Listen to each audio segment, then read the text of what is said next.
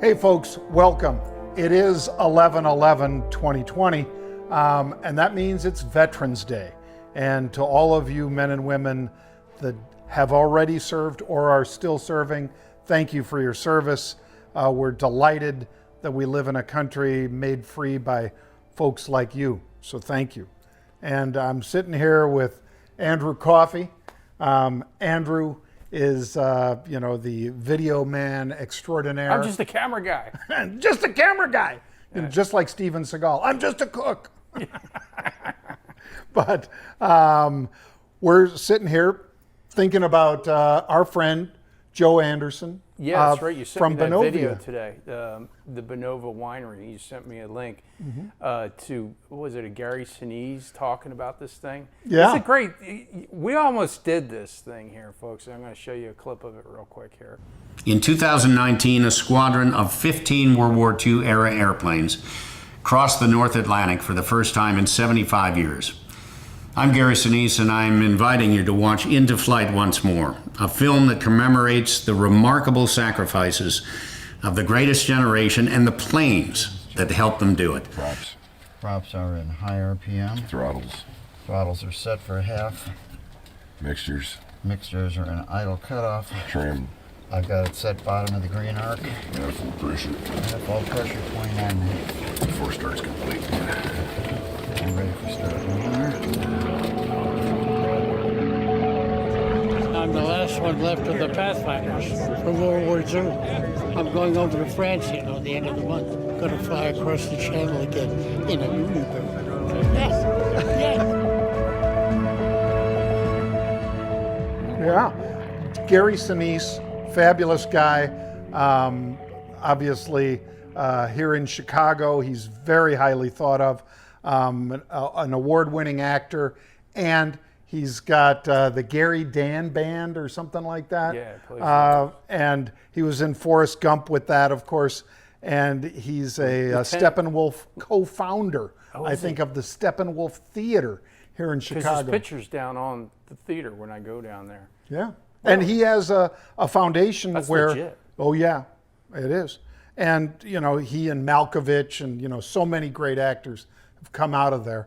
But Gary was just so taken by his role in Forrest Gump as a military veteran in Vietnam that lost his legs, that he has a foundation that supports veterans of our military. So we salute you, Gary, for that. And by the way, our friend, again, Joe Anderson at Benova Winery, this is his Liberation Pinot Noir.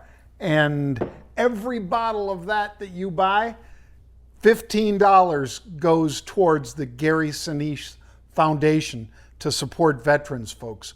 $10 from Benova and $5 from Joe and Mary Anderson. So it's a fabulous way to thank the veterans and for you to have a nice Pinot. Hey, I see Russian River. That's nice. It's good stuff, folks. But the thing with this video, if you watch this, we're going to put a link to it in there. They take a DC-3 and they flew it over, but they had to do the same route that FDR approved to go over Europe, and there was like maybe 12, 13 planes. And those planes are really expensive to upkeep, and Joe has one, upkeeps it, and then has his pilots fly over there, and they did the jumps over there, and it was like, God, 2019 now. You tried to get me on the flight, maybe to film a little bit of stuff, and there was no room for me. But that would have been fun. That would have been, I would have done it. Yeah, it would have been one of those, it's a bucket list item. You didn't even know that bucket existed. And it wouldn't be like some 10-minute flight out of, Jersey or something that's, $450 to fly like on a bomber. They ain't cheap. Right. But this could be like, that would have been like 2-3 weeks. Yep. On a DC-9. So anyway, hopped up to Nova Scotia, hopped over, to like Greenland and to Ireland, and then over into the European continent. I mean, it's a great video. I'm going to put a link to it in the bottom here. Yeah. So they did that to celebrate the 75th anniversary of D-Day, which was 2019, June. In 2019, June was the 75th commemoration of, the sacrifice that was made by all Seems like those. 100 years ago. Yeah, seems like a long All right, time. so we got a couple things coming up here. You're doing the 3 at 3 every day, and I hope that you're watching that. We're trying to make it a little bit better, a little different. Yep. Not that it's not great. Ramping it up. Ramping it up, Yep. people want to see, but unfortunately, people watch stuff on their phones. Yeah. We can't help that. I'm True. getting a new iPhone, by the way. Oh, yeah. Yeah, so I'll I'm have jealous. I'll You have get it 2 days from now, right? Friday? Yeah, and my screen will be a little bit bigger, so I can see 3 at 3 a little bit larger. But unfortunately, people aren't watching this stuff on large screens TVs. But forget about that for now. But we've got a surprise for you. Well, yeah. It's not a surprise. We're going to tell you what it is right now. Let me ask you this: do you think this is a good idea? To do the live portion, they can ask questions. Not everybody watches it live. We know this because we see X amount, and then people watch it at night when they come home. But they do watch. Yep. So let's say you put in a question instead of a hashtag, which I hate. We'll do @hey, like hey Siri.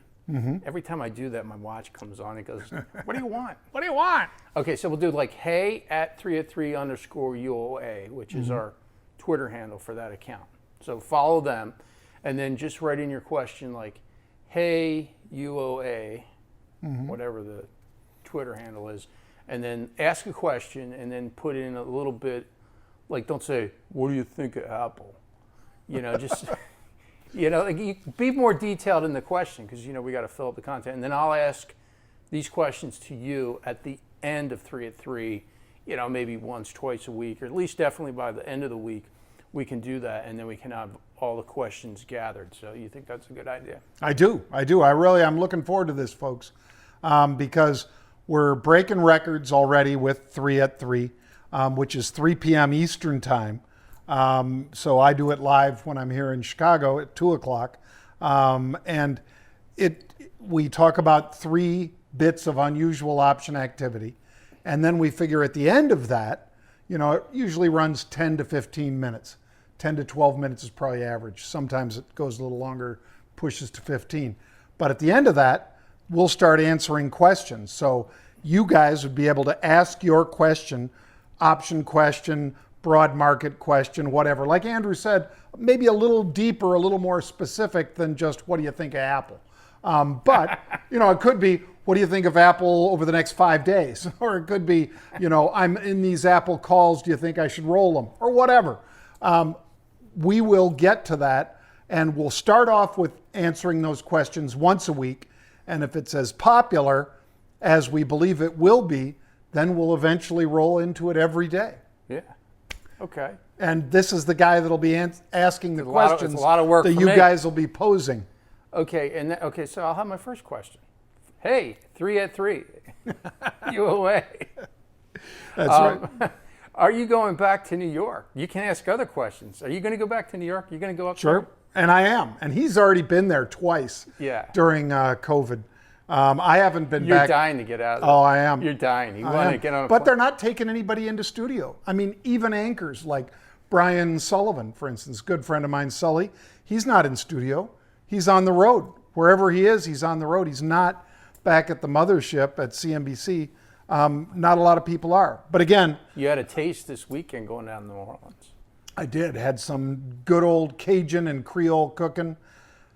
Got a little sad, Andrew, when I went by K-Paul, though, when Chef Paul Prudhomme, that passed away in 2015, now his restaurant has passed away as well, which is sad. A lot of comments on that. A lot of people have an affection towards New Orleans, which you and I both know.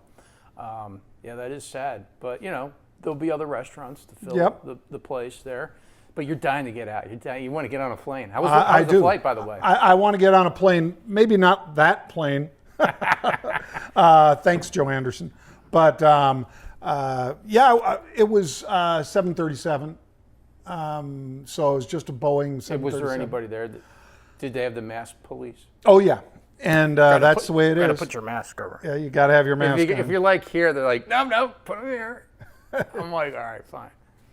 So put out the But, it was pretty normal. And it was maybe half full, which is odd because to New Orleans, that plane's always, it's like Vegas.